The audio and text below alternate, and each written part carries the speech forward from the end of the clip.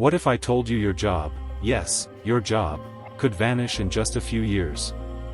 Robots and AI aren't coming. They're already here.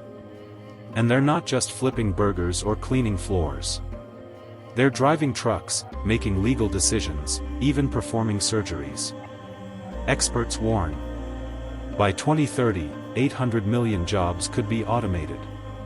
That's 1 in every 5 workers worldwide. In the United States alone, 73 million jobs are at risk. And truckers? It's not just a job, it's a way of life.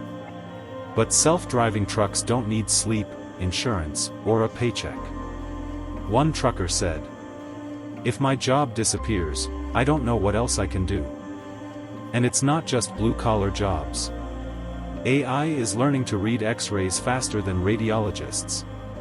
And software is replacing financial advisors and tax consultants.